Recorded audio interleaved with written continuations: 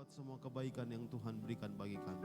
Kami bersyukur Bapa di sorga atas pengorbanan Yesus Tuhan kami di atas kayu salib. Kami akan mendasari pada minggu pertama, hari minggu pertama di bulan Agustus ini dengan kebenaran firman Tuhan dan juga dengan perjamuan kudus. Mari memberkati kami sepanjang kami beribadah dan mendengar kebenaran-Mu. Biar anugerah-Mu, kasih-Mu, dan biar juga pengetahuan dan rema-rema dari Tuhan turun bersama dengan kami sepanjang kami belajar kebenaran firman Tuhan. Kami berdoa setiap kuasa yang tidak berkenan kepada Tuhan, yang mungkin ada di sini, ada di pikiran, di rasa, roh, jiwa, dan tubuh kami. Kami datangi kuasa itu, kami tolak dan kami hancurkan dia di dalam nama Tuhan Yesus Kristus.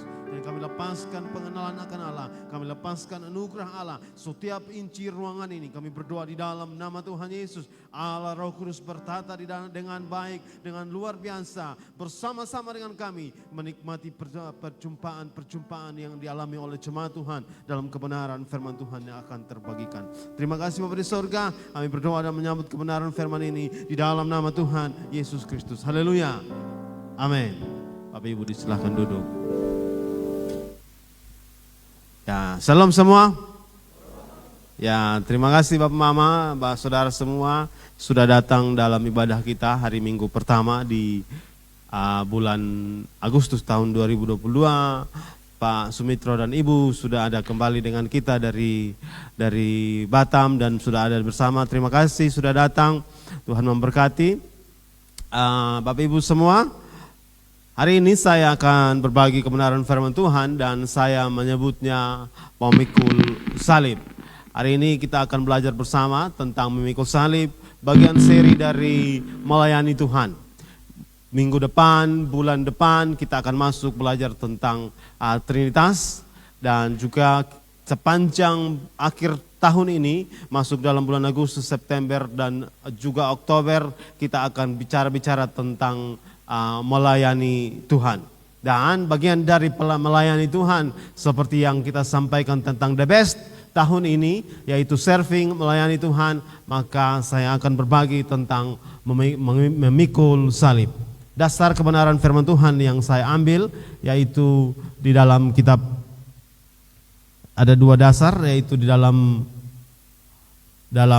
kitab Lukas pasal 9 ayat yang ke-23, kemudian kitab Matius pasal 5 ayat yang ke-10. Saya sudah sediakan di layar, saya akan bacakan bagi kita Lukas pasal yang ke-9 ayat yang ke-23 dan juga Matius pasal yang ke-5 ayat yang ke-10. Katanya kepada mereka semua, setiap orang yang mau mengikut aku, ia harus menyangkal dirinya, memikul salib setiap hari dan mengikut aku. Dalam kitab Matius, kata setiap hari ini tidak ada, yang ada setiap hari ini ada di dalam kitab Lukas pasal 9 ayat yang ke-23. Matius pasal 5 ayat yang ke-10.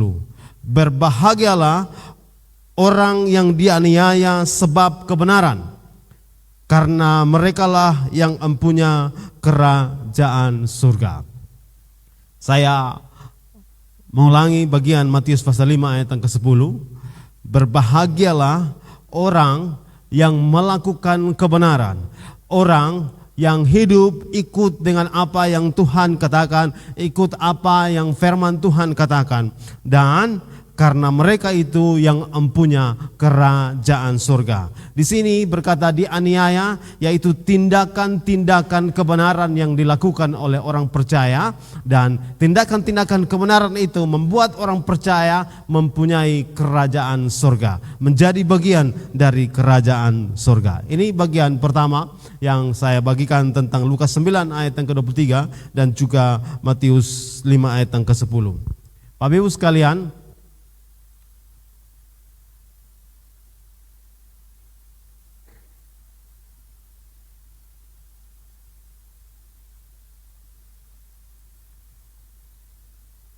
pencet dulu, ini barang serusak. Ya, saya menulis begini. Yesus memikul salib menuju Bukit Golgota, yaitu tempat di mana Yesus menyerahkan nyawanya sebagai tebusan untuk manusia atas dosa. Salib bukan lagi menjadi lambang penghukuman. Salib sebelum Yesus adalah lambang penghukuman. Bahkan salib sebelum Yesus adalah disebut kutuk. Ketika seorang ada disalib, seseorang di atas salib, maka orang itu adalah orang yang terkutuk. Dan ketika Yesus mengambil bagian untuk ada di kayu salib, ketika Yesus melakukan pelayanan memikul salib, Yesus mengubah sebuah kutuk itu menjadi anugerah. Hari ini setelah Yesus disalib, hari ini setelah Yesus disalib dan mati di atas kayu salib, maka semua yang menjadi kutuk itu diubah menjadi anugerah, diubah menjadi kebenaran. Bapak Ibu sekalian, sama seperti itu juga. Kalau kita percaya kepada Yesus, kalau kita mengakui Yesus Tuhan, kalau kita mendasari hidup kita berdasarkan kebenaran-kebenaran firman Tuhan dan membuat hidup kita dengan pemahaman dan takut akan Tuhan ada di hidup kita, maka semua yang berubah, semua yang menjadi kutuk karena dosa di kehidupan kita, semua yang dulunya adalah karena terjadi di hidup kita karena kutuk itu berubah menjadi anugerah, dan hidup kita yang dulunya adalah hidup penuh dengan kutuk dan penuh dengan dosa berubah menjadi hidup yang dianugerahi berkat berlimpah, hidup yang dianugerahi keselamatan, hidup yang dianugerahi segala yang baik dari Allah. Bapak Ibu sekalian, bagian ini saya menyampaikan untuk menyampaikan kepada kita yang hadir pada pagi ini dan mendengar siaran kita melalui radio maupun juga melalui media sosial kita. Saya menyampaikan bagian ini, bahwa hidup kita lagi hari ini bukan hidup dalam kutuk, tapi hidup dalam anugerah, dalam kasih Kristus. Bapak Ibu sekalian, salib adalah puncak dari pelayanan Yesus. Tahun ini, bagian ini kita menyebut dengan melayani, maka salib adalah bagian puncak dari pelayanan Yesus Kristus. Yesus menanggung penderitaan di atas kayu salib untuk menebus setiap kita, untuk menebus setiap kita yang percaya kepada Dia. Setiap manusia, Yesus menanggung penderitaan, memikul salib. Bapak Ibu sekalian, sebenarnya Yesus bisa tidak mengambil bagian untuk disalib. Sebenarnya Yesus bisa melakukan itu. Tetapi Yesus mengambil keputusan untuk menderita. Yesus mengambil keputusan untuk ditangkap seperti penyamun. Yesus mengambil keputusan untuk disiksa di hadapan para pejabat, para pemimpin pada waktu itu, di hadapan Pilatus oleh prajurit-prajurit Roma. Yesus mengambil keputusan untuk disiksa. Yesus juga mengambil keputusan untuk dipaku. Yesus mengambil keputusan untuk pikul salib yang kita kenal dengan Via Dolorosa dalam perjalanan dari Yerusalem menuju ke Golgota. Yesus juga mengambil keputusan untuk tangannya dipaku, kakinya dipaku, diberi mahkota duri. Yesus mengambil keputusan untuk menderita untuk setiap kita. Bapak Ibu sekalian, ketika kita melakukan dengan sengaja melakukan kesalahan di hadapan Tuhan, ketika kita mengaku menjadi orang percaya, maka kita menganggap remeh penyaliban Yesus di atas kayu salib. Kita anggap itu tidak terlalu penting untuk kita, maka kita mengambil keputusan untuk melakukan dosa. Kitab Matius pasal 5 yang tadi saya bacakan, bahwa menderita karena kebenaran adalah sebuah kebahagiaan. Bapak Ibu sekalian, selanjutnya saya akan menyampaikan tentang memikul salib.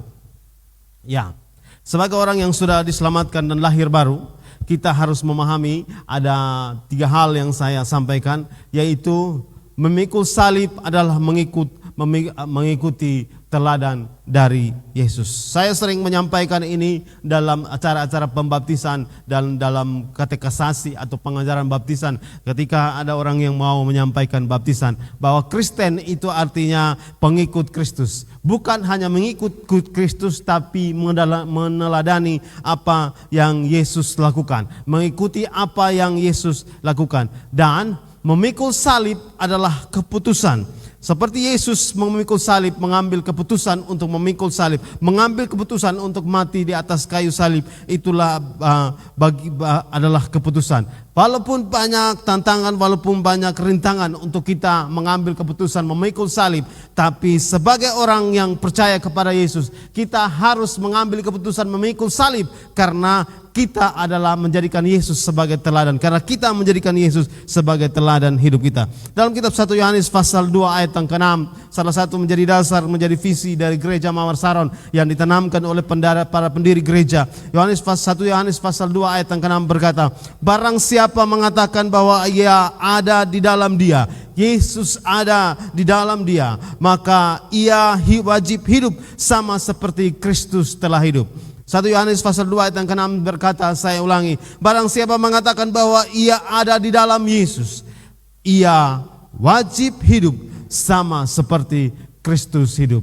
Dan bukan hanya hidup karena anugerah, bukan karena hidup karena berkat-berkat yang Tuhan sediakan bagi kita sebagai orang percaya, tapi hidup juga dengan cara memikul salib, hidup juga dengan cara mengambil keputusan untuk melakukan kebenaran-kebenaran. Walaupun terasa tubuh kita menolak melakukan kebenaran-kebenaran, roh kita menolak untuk melakukan kebenaran, pikiran-pikiran kita, logika kita menolak untuk melakukan kebenaran. Tapi Bapak Ibu sekalian, karena kita mempercayai Yesus adalah Tuhan, karena memikul salib adalah mengikut teladan Yesus, seperti apa yang disampaikan 1 Yohanes pasal 2 ayat yang ke-6, maka Bapak Ibu sekalian, kita wajib hidup sama seperti Yesus hidup, menjadi serupa dengan Tuhan Yesus. Bapak Ibu sekalian, ada dalam bagian pertama menjadi teladan dari Yesus ini, saya mendasarinya dengan 3 hal yang berhubungan dengan teladan Yesus. Teladan pikul salib yang Tuhan Yesus berikan. Yang pertama, rendah hati. Dalam kitab Matius pasal 1 ayat yang ke-29 berkata begini, pikulah kuk yang kupasang dan belajarlah kepadaku, sebab aku lemah lembut, rendah hati, dan jiwamu akan mendapatkan ketenangan. Jiwamu akan mendapat ketenangan. Bapak Ibu sekalian, kalau kita baca kitab Yohanes saat Yesus ditangkap, Yohanes berkata, Yohanes mencatat peristiwa ketika Yesus ditangkap di Taman Getsemani oleh para prajurit Roma dengan pasukan yang lengkap, dengan perlengkapan perang yang lengkap. Pada saat mereka datang dan bertanya, dan Yesus bertanya, siapakah engkau cari? Mereka bertanya, siapakah yang engkau cari? Kemudian mereka bilang, kami mencari Yesus dari Nazaret. Lalu Yesus menjawab, akulah dia. Dan Alkitab dalam kitab Yohanes berkata, ketika Yesus menjawab, akulah dia, mundurlah mereka, kemudian jatuh. Karena Yesus menjawab dalam kapasitas sebagai Raja, kapasitas sebagai Tuhan, kapasitas sebagai pemilik alam semesta. Sehingga orang siapapun tidak tahan berhadapan dengan Yesus. Kalau setelah itu Yesus bertanya lagi, siapakah yang engkau cari? Kemudian mereka menjawab, Yesus dari Nazaret. Dan mereka bisa menangkap dia karena Yesus mengambil keputusan untuk ditangkap. Yesus mengambil keputusan dengan kerendahan hati. Segala kapasitas sebagai Raja, segala kapasitas sebagai pemilik alam semesta itu dilepaskan Yesus sehingga boleh ditangkap sebagai seorang penyamar, boleh ditangkap seperti seorang penjahat. Bapak Ibu sekalian, dalam kitab Matius mencatat tentang proses penangkapan Yesus ini, dan Yesus mencatat bahwa ketika Petrus menjawab lalu memotong telinga dari salah seorang prajurit atau hamba dari imam besar yang datang bersama-sama menangkap Yesus ini, kemudian Yesus menjawab bilang, sangkamu aku tidak bisa meminta kepada Bapa untuk meminta 12 pasukan malaikat.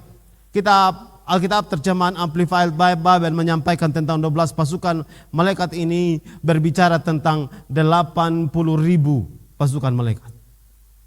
80.000. Seandainya Yesus mengambil keputusan untuk menggunakan 12 pasukan malaikat, sehingga ketika orang-orang yang datang menangkap dia, Yesus mengerahkan pasukan malaikat yang Alkitab berkata Yesus menyebutnya 12 pasukan. Amplified Bible berkata bahwa itu adalah berhubungan dengan 80.000 pasukan malaikat. Maka tidak tahu apa yang terjadi pada masa penangkapan Yesus di atas kayu salib. Pasti besar. Dalam kitab pertama Samuel, dalam salah satu kitab di dalam kitab Perjanjian lama yang berhubungan dengan dalam kitab 2 Samuel pasal 24 ayat 15 sampai dengan ayat yang ke-17. Bapak Ibu sekalian, satu malaikat dalam catatan itu Bapak Ibu bisa baca bahwa ada malaikat yang diutus Tuhan untuk membunuh bangsa Israel akibat kelalaian dari Daud. Bapak Ibu sekalian, satu malaikat dari pagi sampai sore itu membunuh kira-kira 70.000 orang bangsa Israel waktu itu. Seandainya kalau kita matematik sedikit, seandainya 12 pasukan itu yang adalah 80.000 itu diperintahkan Tuhan untuk menjaga Yesus pada saat penangkapan, maka tidak tahu pembasmian manusia pada waktu itu, tidak tahu. Bapak bisa bayangkan 12 pasukan, tapi Yesus mengizinkan berbeda. Pada saat ditangkap, ketika mereka bertanya siapakah engkau cari? Lalu Yesus menjawab, akulah dia. Mereka mundur dan jatuh. Setelah itu Yesus sadar bahwa dia harus melakukan pekerjaan Bapa di surga. Dia harus mengalami penderitaan, memikul salib dan memberi diri disalib untuk manusia. Saat itu Yesus sadar bahwa sebagai manusia dia sadar bahwa dia harus melakukan kehendak Bapa, dan kehendak Bapa itu adalah menderita di atas kayu salib. Maka Yesus melucuti segala yang dia punya sebagai raja. Yesus melucuti segala yang dia punya sebagai Tuhan. Yesus melucuti segala kuasa yang berlekat dalam tubuh Yesus. Dan dia lepaskan manusia untuk menangkap dia. Dia melepaskan manusia untuk menggiring dia di pengadilan manusia. Dia melepaskan manusia untuk mencambuk dia, menggunakan pasukan Romawi untuk mencambuk dia. Yesus mengambil keputusan karena Yesus menunjukkan teladan kerendahan hati. Di gereja kita punya teladan kerendahan hati. Dan kita sudah membahas banyak sekali yang berhubungan dengan kerendahan hati. Dan hari ini saya mengulangi teladan Yesus tentang kerendahan hati. Melucuti segala yang dia punya, kapasitas dia sebagai Tuhan. Lalu kemudian dia mengizinkan diri disalibkan untuk kita semua. Bagian yang kedua yang berhubungan dengan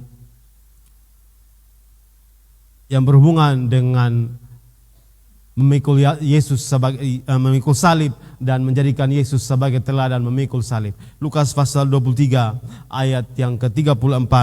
Pada saat Yesus disalib, Yesus menyampaikan perkataan ini, ya Bapa, ampunilah mereka karena mereka tidak tahu apa yang mereka perbuat. Bapak Ibu sekalian, di dalam kitab Ibrani saya pernah menyampaikan tentang imam besar yang menaikkan doa di hadapan Bapa karena kita. Maka seperti ini juga pada saat setiap kita mengizinkan diri untuk melakukan kesalahan. Setiap kita mengizinkan diri untuk melakukan dosa, maka Yesus memandang Raja Bapa dan berkata, ya Bapa, ampunilah mereka karena mereka tidak tahu apa yang mereka perbuat. Kita punya imam besar yang menjagai kita dalam pengampunan di hadapan Bapa. Bapak Ibu sekalian, teladan Yesus pada saat dia mati di atas kayu salib, pada saat napas-napas terakhir sebagai manusia di atas kayu salib, yaitu dia memberi pengampunan. Bagian ini saya menyampaikan tentang pengampunan bagi semua kita. Bapak Ibu sekalian, teladan Yesus yang saya bagikan pagi ini dan membuat kita untuk mengikuti teladan Yesus, yaitu apa yang disampaikan dalam kitab Matius pasal 4 ayat yang ke-1 sampai dengan ayat yang ke-11. Ini berhubungan dengan konsisten. Yesus pada saat berpuasa dan pencobaan di padang gurun, Yesus konsisten. Pada saat dia 3 kali dicobai, dia konsisten dalam masa-masa di dalam ini. Teladan Yesus adalah konsisten dalam kebenaran. Sama juga pada saat Yesus masuk dalam pelayanan, menjadi pelayan bagi kita semua, melayani kita semua untuk menebus dosa kita. Yesus melakukannya konsisten. Walaupun Taman Getsemani, dia berdoa dan mengambil keputusan untuk berdoa, kalau boleh cawan ini lalu daripadaku. Tetapi Yesus mengambil keputusan untuk melakukan menderita karena kebenaran, menderita karena kebenaran, menderita karena kita semua. Karena dia konsisten. Bagian dari keteladanan Yesus yang saya mau bagikan bagi kita yang berhubungan dan memikul salib, yaitu yang pertama kerendahan hati, yang kedua mengampuni, dan yang ketiga konsisten dalam melakukan kebenaran. Bapak Ibu sekalian, bagian yang kedua saya sampaikan yang berhubungan dengan memikul salib. Memikul salib merupakan komitmen bersekutu dalam penderitaan Kristus. Kita melihat, kita membaca, dan saya pernah menyampaikan dalam ibadah Paskah tentang Simon orang Kirene. Dan Matius pasal 27 ayat 32 mencatat tentang Simon orang Kirene. Ketika mereka berjalan keluar kota, mereka berjumpa dengan seorang dari Kirene yang bernama Simon. Orang itu mereka paksa untuk memikul Yesus, memikul salib Yesus. Sekali lagi, bagian yang terakhir, orang itu mereka paksa untuk memikul salib Yesus. Bapak Ibu sekalian, kadang-kadang untuk memikul salib, untuk melakukan kebenaran, kita harus paksa diri kita. Kita tidak boleh membiarkan diri kita terlena dalam kehidupan akan kesalahan-kesalahan.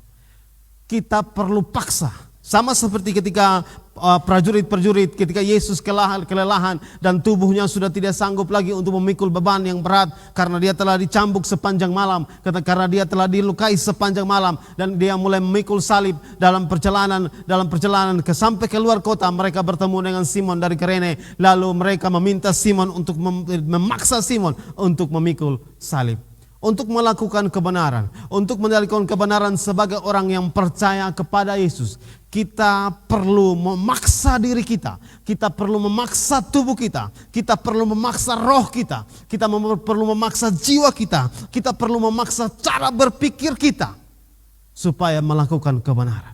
Sama seperti Simon orang Kirene dipaksa untuk membantu Yesus memikul salib. Bapak Ibu sekalian, apakah dalam sini saya menyampaikan, apakah kita bersedia memikul beban sebagai orang benar? Kita memikul beban kesulitan sebagai orang benar, sebagai wujud kita memikul salib atau tidak? Hari ini pertanyaan itu saya sampaikan bagi kita. Bapak Ibu sekalian, kitab Filipi pasal 3 ayat yang ke-10 berkata begini, yang ku kehendaki ialah mengenal Dia dan kuasa kebangkitannya dan persekutuan dalam penderitaannya, di mana aku menjadi serupa dengan Dia dalam kematian. Bagian yang terakhir, persekutuan dalam penderitaannya, di mana aku menjadi serupa dengan Dia di dalam kematiannya. Serupa dengan Yesus dalam kematiannya, serupa dengan Yesus dalam melakukan kebenaran-kebenaran, serupa dengan Yesus dalam konsisten melakukan kebenaran-kebenaran. Bapak Ibu sekalian, bagian yang ketiga yang saya mau bagikan bagi kita. Oh, sudah itu. Memikul salib merupakan proses seorang mampu tahan uji dalam iman. Bapak Ibu sekalian, Roma pasal 5 ayat yang ketiga berkata, dan bukan hanya itu saja, kita malah bermegah juga dalam kesengsaraan kita, karena kita tahu bahwa kesengsaraan itu menimbulkan ketekunan, dan ketekunan menimbulkan tahan uji, dan tahan uji menimbulkan pengharapan. Jika kita mau mengambil keputusan memikul salib, maka kita merupakan seorang yang melatih diri untuk tahan uji dan membuat ketekunan dalam hidup kita, dan akhirnya menghasilkan iman dalam hidup kita. Lukas pasal 9 ayat yang ke-23 berkata, setiap orang yang mau mengikut aku, ia harus menyangkal dirinya, memikul salibnya, dan mengikut aku. Bapak Ibu sekalian, bagian yang keempat yang saya mau bagikan bagi kita, yaitu memikul salib merupakan bukti bahwa kita sepikir dengan Tuhan Yesus. Saya ada taruh di slide tentang Matius pasal 6 ayat 21 sampai dengan ayat yang ke-22. Ayat 23 berkata seperti apa yang saya taruh di slide. Nyala iblis, engkau batu sandungan, sebab bukan memikirkan apa yang dipikirkan oleh Allah, melainkan apa yang dipikirkan oleh manusia. Pada saat Yesus memberitahukan tentang jalan salib yang akan dia tempuh, pada saat Yesus menyampaikan tentang penderitaan yang akan dia tempuh, memikul salib dan menebus setiap manusia dengan tubuh dan darahnya di atas kayu salib sampai dia disiksa sampai mati. Pada saat Yesus menyampaikan itu, maka Petrus menyampaikan, Tuhan, kalau sekali-kali itu tidak akan terjadi pada dirimu.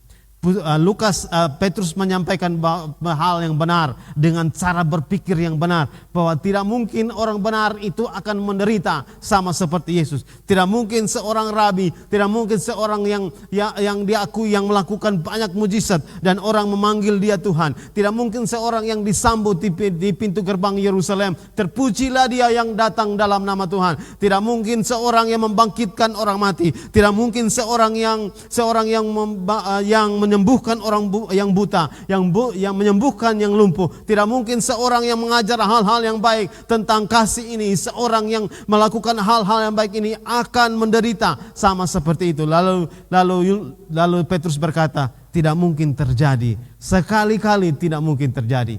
Yesus menjawab, enyahlah, engkau adalah batu sandungan. Engkau tidak memikirkan apa yang dipikirkan Allah. Bapak Ibu sekalian, ketika seorang mengambil keputusan untuk memikul salib, maka orang itu adalah melakukan cara berpikir sama seperti Bapa. Berpikir sama seperti Yesus, yaitu melakukan kebenaran. Bapak Ibu sekalian, dalam hubungan tentang melayani Tuhan, maka saya menyampaikan tentang melayani Tuhan.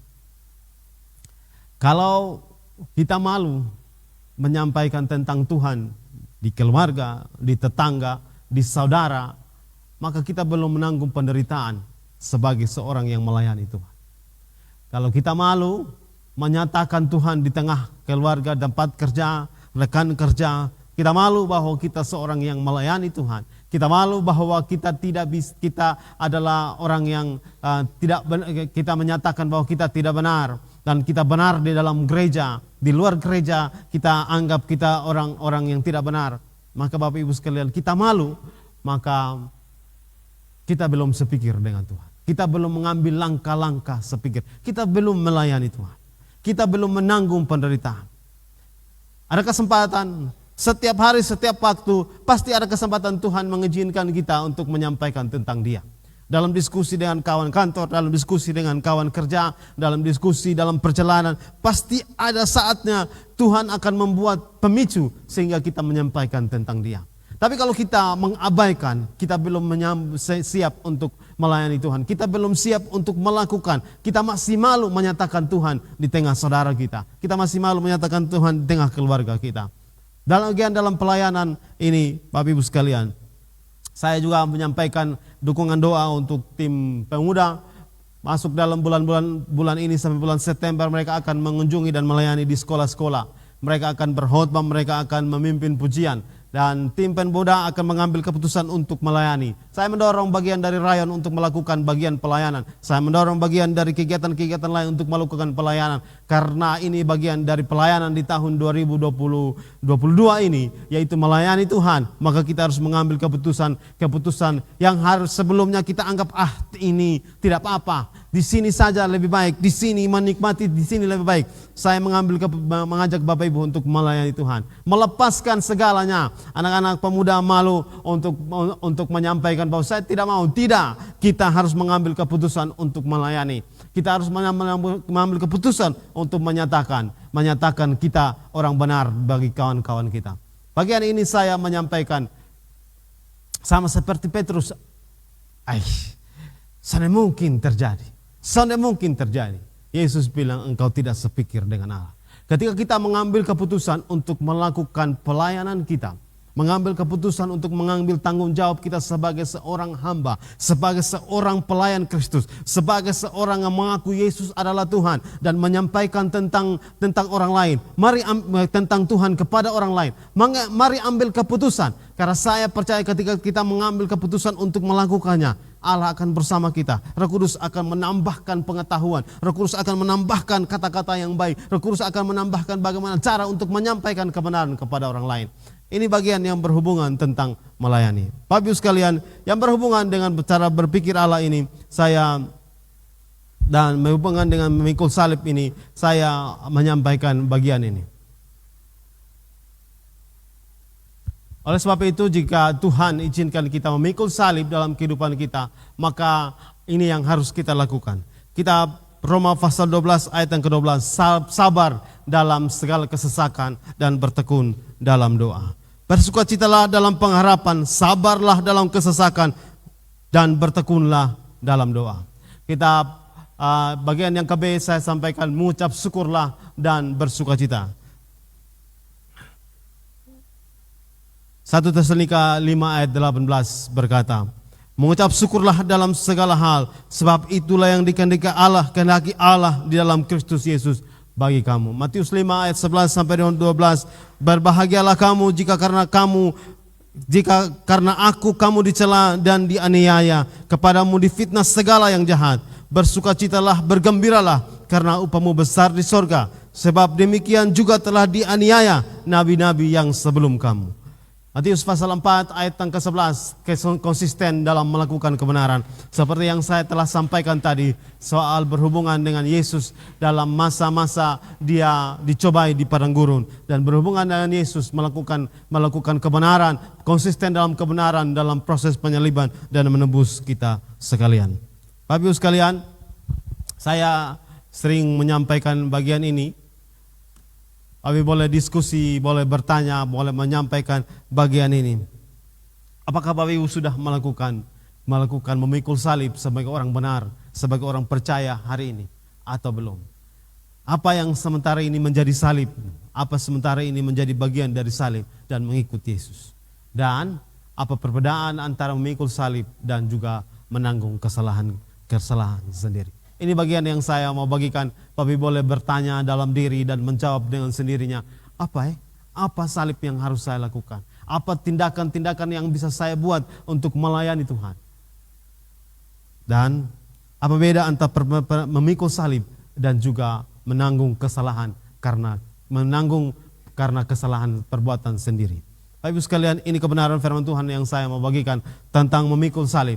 Biarlah kebenaran ini memberkati kita sekalian. Amin untuk kebenaran firman Tuhan.